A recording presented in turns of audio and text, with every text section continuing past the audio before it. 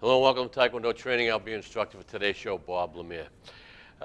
Before I start today's show, I'd like to just mention that I started this show in Pelham, PATV, 1990. So I've actually gone, this is over 30 years we've been doing this program. When I did it in PATV, I would ship some of the VHSs, VCRs, whatever you call them, and over to Drake. So we've been around the area for a long time. The show has grown popularity in different communities. They can grab the show here and there. So I hope everyone is enjoying the show. I try to do something different each time I'm on. You can watch the show, 4 times a week, 5 times a week, how many times they're on each community. And what I gear the show on is you being able to work out with me at home if you don't have the time or the money to join a Tae Kwon Do school. So, I try to make it as easy as possible. A lot of people say, well, I don't see too much advanced techniques. Well, I'm trying to just show you this is an instructional program. People at home in their parlors can't be doing jump reverse round kicks. So I keep it as simple as I can. Once in a while, I'll throw some different techniques. But keep it as simple as possible. I always say that you want to stretch before you work out with me, if you're going to do some of the working out, just so you loosen up, keep warm, and enjoy yourself. Don't think, there's no way I can learn this. Anyone can learn martial arts. It's a repetitive type of, it's like anything else in sports, any type of other sport or anything in life. Repetitiveness, you can get better and better and better and have more confidence. What I'd like to do this year also, 2020, is as I'm going over different training methods and techniques, I really want to get into a meditation and type of attitude and show how you can do different meditations. I'm not going to, it'll be just short little spurts of it in each show. But different things you can do to relieve stress, to be able to sleep much better, okay, and diet and all that. I'm going to try to incorporate that in my show. And it'll be a healthy show, not just martial arts. But today's show, what I'd like to do is work on hip jog and work on a snap. We call it a snap. And the way we get our power in the martial arts in Tae Kwon Do, especially Tae Kwon Do, we're a smashing art. That's what they call Tae Kwon Do, is a smashing art. The way of the fist and the foot smashing. And the way we get our power, especially with our upper body, is by using our hip and by snapping and turning our whatever we're using. Okay, so I'm only going to be using upper body today. I'm not going to use any kicks at all. So it's going to be kind of easy.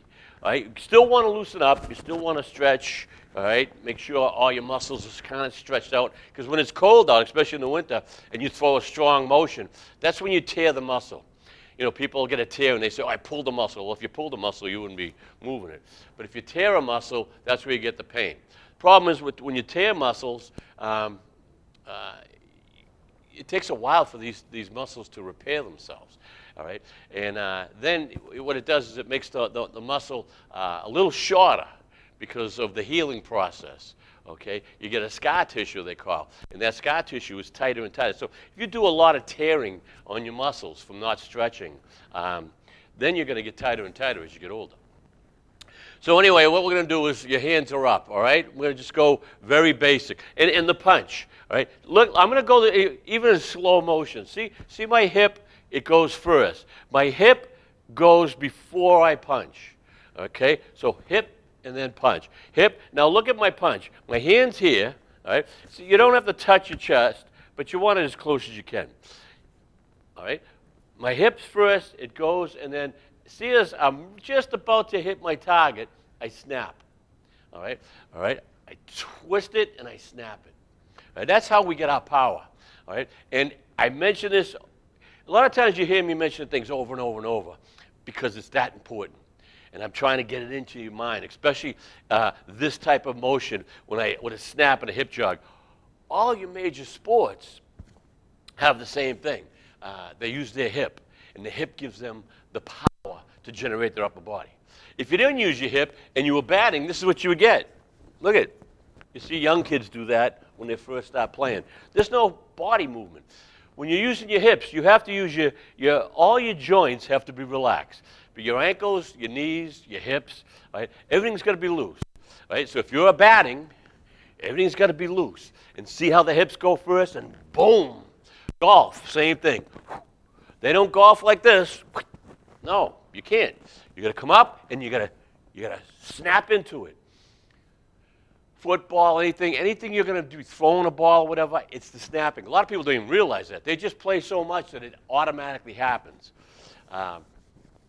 because of just knowing, wow, if I do this, it goes farther or it gets stronger. All right, so same thing with punches. All right, so when you're here, if you, and what you want to do, say I'm going to throw a jab. We call that a jab in boxing. If I wanted to throw a jab without a hip jog, look at that's what I get. All right, but if I want to do a good jab, all right, I'm snapping the hip towards the jab. So you're in a fighting stance. Again, the fighting stance, like you're walking, boom, you're there. All right, so if my hands are up here and I'm going to throw a jab, see, I'm going to snap that hip first, and then I'm going to snap that. Right? So I'm going to boom. Now, when I'm throwing the jab, as I'm coming in, I'm snapping. I'm almost opposite of my final movement as I'm hitting my my target. And I'm going to show you that that's how it is with all your hand technique. So you snap. Hip goes.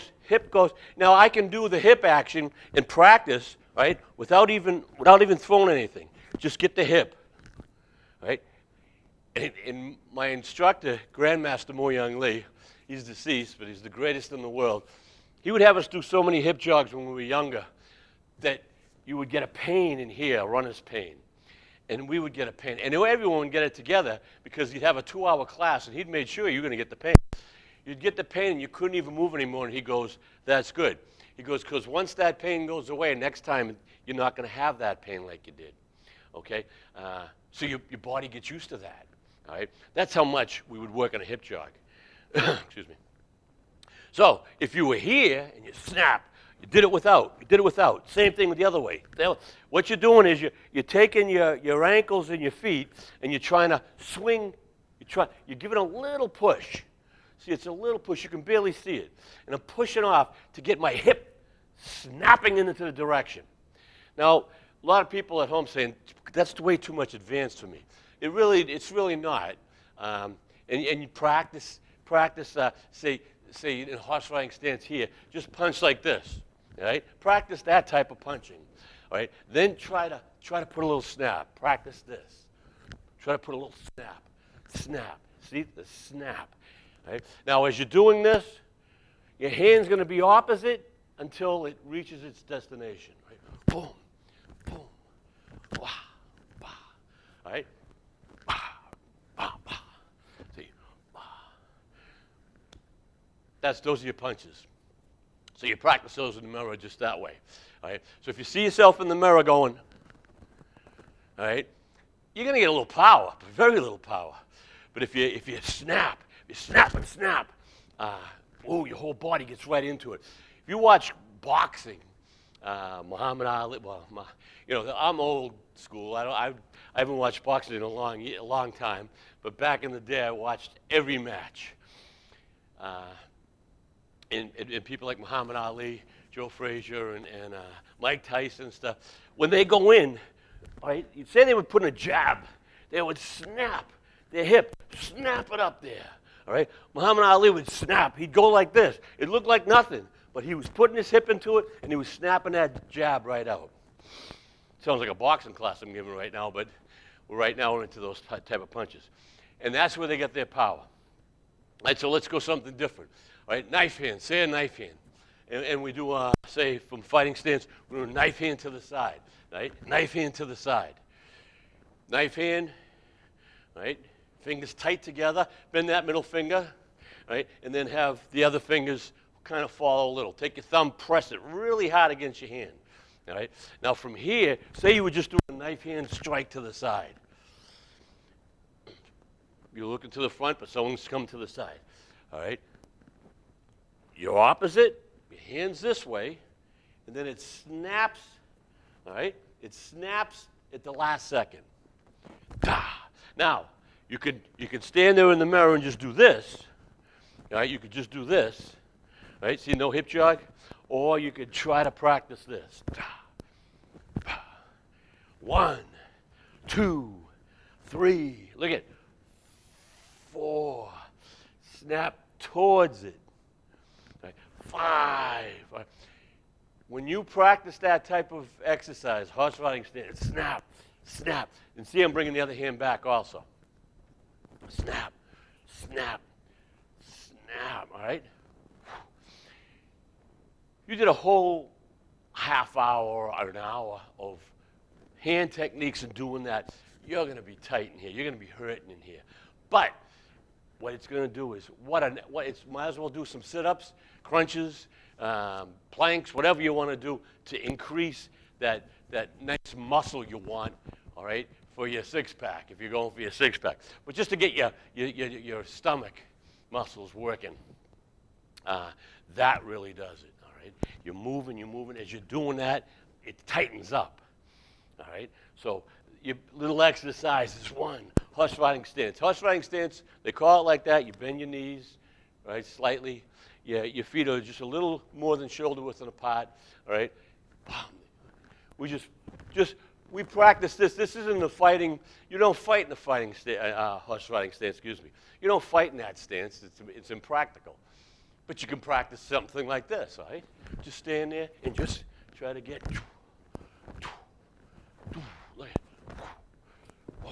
And I'm looking at the camera. I'm trying to make sure everything's going right. But you want to look in the direction of your.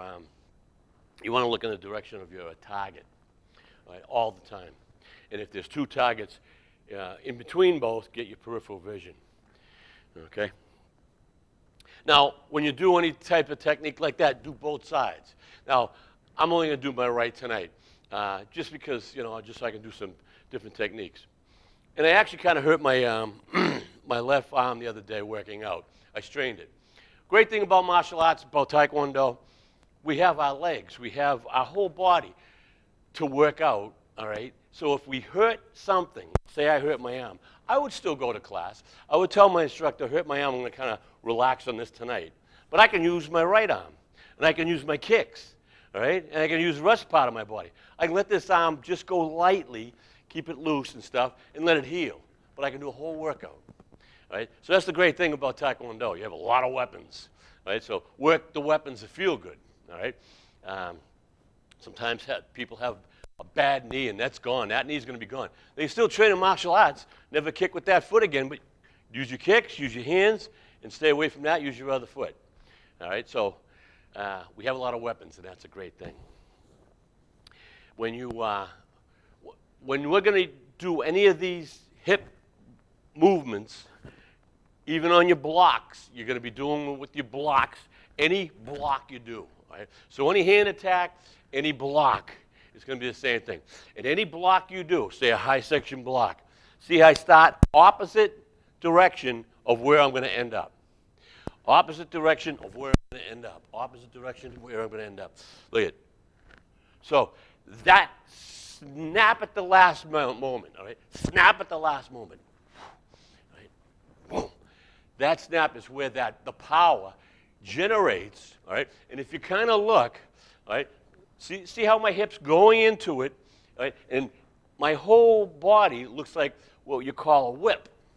And a whip just picks up speed until it hits, and the part that's hitting is this big. But the power's going through that small area, hitting another area, and that's where it explodes. And that's what happens here with your with Tae Kwon Do and your hip action. You're flowing the energy through your body, all right? You're not just using this. All right? You're not just using this, your arm. Your arm has a lot of power.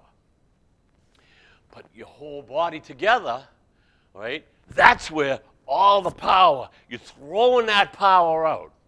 All right? Again, baseball. If I was in outfield and I picked up a ball hit in the outfield, I picked it up and I had to throw home, and I picked it up, I went. You see that's like a little kid or someone who never played. You can't pick up the ball and go, because it ain't going to go far. It's going to go somewhere. But if you pick up the ball and you look at, boom, I'm going I'm going to snap it out there and throw my whole body with it. Again, Mike Tyson, one of the greatest uppercuts I've ever seen in my life. If he came in close, and that was his whole job, get in close, come right up. He hit you under here, knock your head right off. But he would come in and he would, if you ever watch pictures of him and Google him, he'd go, he would, or he'd come in and he'd throw his whole body. His whole body would go into the attack with his hand, and all that power was generated. As people do that, they can learn how to generate more power, more power, more power. So again, off the subject, I'm really getting into the meditation world also as I get older. And I found, especially as you're trying to sleep, I hear everyone saying, I can't sleep at night. I go to bed and I fall asleep, then I wake up and I'm thinking. I do the same thing. I've always done the same thing because there's always so much I want to do and so much the next day and so many problems I had this day and that day. How am I going to fix the next problem? That's the world today. There are many, all right? You Google many different, especially Michael Seeley, hypnosis tapes, I call it tapes. And they go on for like an hour or 2 hours. You can fall asleep to these hypnosis tapes. And what they do is they try to relax you. All right? You can do it on your own, or you could have a hypnosis, someone talking to you, and you listening to that person. If you listen to that person and do what that person says, as is to relax your feet, relax your ankles, and they go through a whole motion, breathe deep, and put all these things, all you're doing is thinking of what he's saying or she's saying. When you do that, within 5 minutes, you'll fall asleep, okay? A lot of times I fall asleep, and I'll even have sometime the hypnosis tape or the meditation tape. I'll have it keeps going. And they tell you just let it keep going. All right, it'll shut itself off when it's done.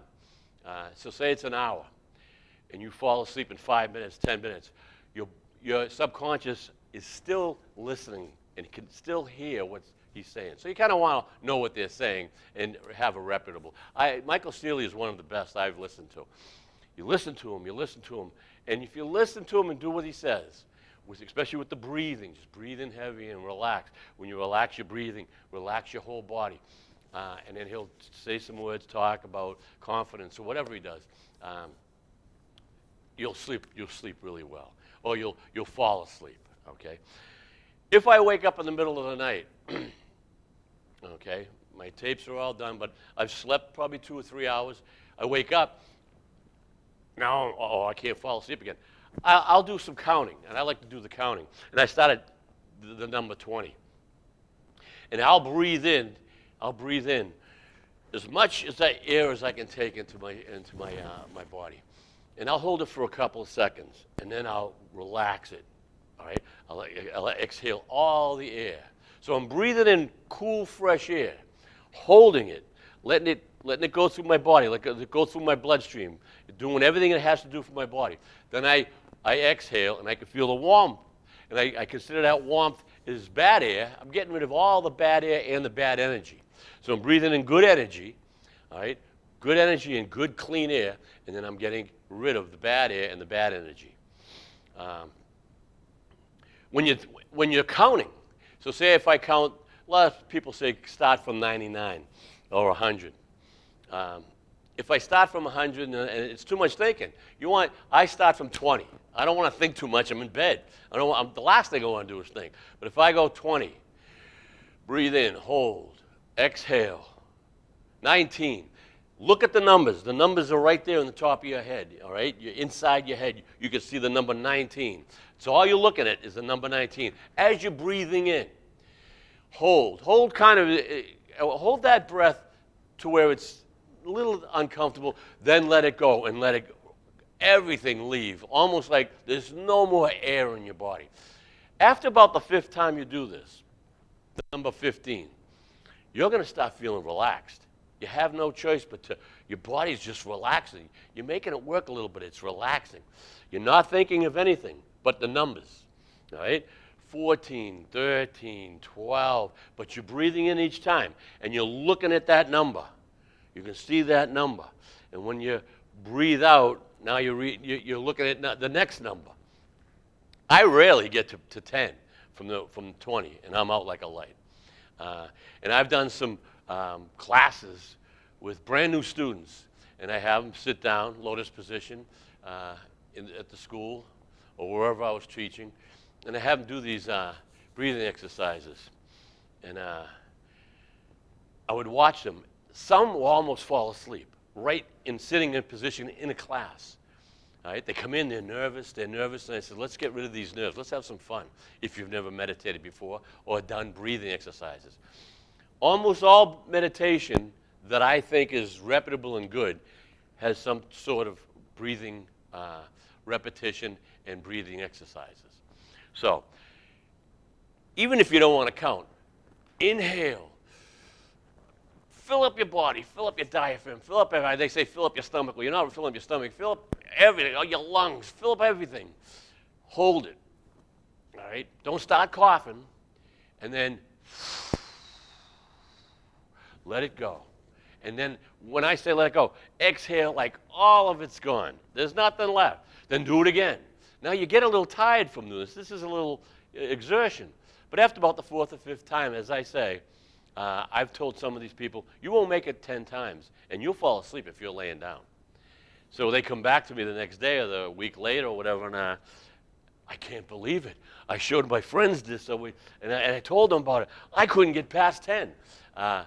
It works. It works. So if you're having a hard time sleeping or you really want to relax your body, all right, and as I say, the great relaxation techniques, as you're doing that type of breathing, you're relaxing your feet. Then you're relaxing your ankle. Then you're relaxing your calf, your shins. You're relaxing your knees. You're relaxing your hips. You go up. Then you go up to your shoulders. Then you're relaxing your arms. And you're relaxing your forearms. You're relaxing your hands. By thinking of that, now you're really kind of relaxing them. By thinking of that, you're not thinking of anything else. All right? And it's kind of proven that if you're really thinking of something, it's hard to think of something else. Your body doesn't want to think of anything else. It wants to think of what it's doing. It's almost impossible to think of a bunch of things, having money problems and doing this at the same time. All right? Or what you're going to do the next day at work and do this. So you'll do this, but this type of exercise, okay, relaxation exercises will give you a good night's sleep. That's the big thing. People need the good night's sleep. I do this exercise, and it was funny because I read a lot about meditation, different religions, and different things that people do. And one gentleman said, people only want to meditate when they're alone in their house, or when they're alone, or they're on a mountaintop. He goes, I meditate when I'm in a shopping cart at one of the convenience stores, and everything's slow, and I'm in a rush. I look, and it's going to take me 5 minutes. So I sit there, and I start doing meditation. By his meditation, he says, I do my breathing exercises. Hold it, then I relax it. And I try to relax my whole body as he's in line. Boy, the line goes by fast after that, and you rejuvenated yourself. That's what sleep does. All right? It rejuvenates yourself. Meditation does the same thing. It gives your body that chance to stop thinking crazy and be intense. You know, having tension all the time is probably one of the biggest causes of heart attacks or even diseases, right? You have to try to relax. We're all in a tense situation. Everyone's in a tense situation. Whether you have a lot of money, whether you have a great job, there's always something, all right, in this world that's going to do. So learn how to fight that and enjoy what we have of a life by relaxing and saying, all right, I got to do this meditation. I went a little longer than I wanted to on that, but it's that important to me, especially people who work a lot, have children, everyone has money problems, right? One way or another. Everyone has problems at work. Everyone has problems at school. Everyone has problems with friends, relatives, and stuff. You're not alone. So what you do is relax about it, all right? And you're going to find yourself, when I was younger, I got so deep into meditation, I got out of it because I got nervous. It was changing my attitude.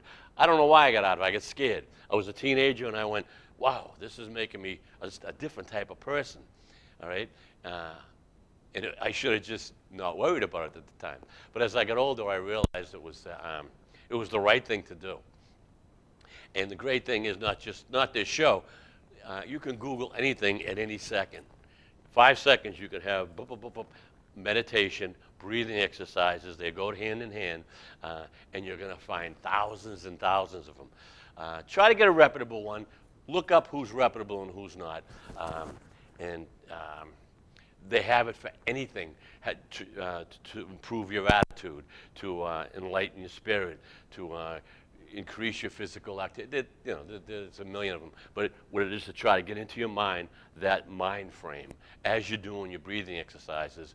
And as I only do that when I try to fall asleep, all right? Because I'm so busy most of the days that it's kind of tough. Or unless I'm in a situation, I'm in the car, I want to do a breathing exercise in the car, a long ride. I'm going, all right, you don't want to fall asleep, and you don't want to get too relaxed while you're driving the car. But I find myself doing some deep meditation and breathing exercises as I'm in a long trip or in traffic, just to calm myself down.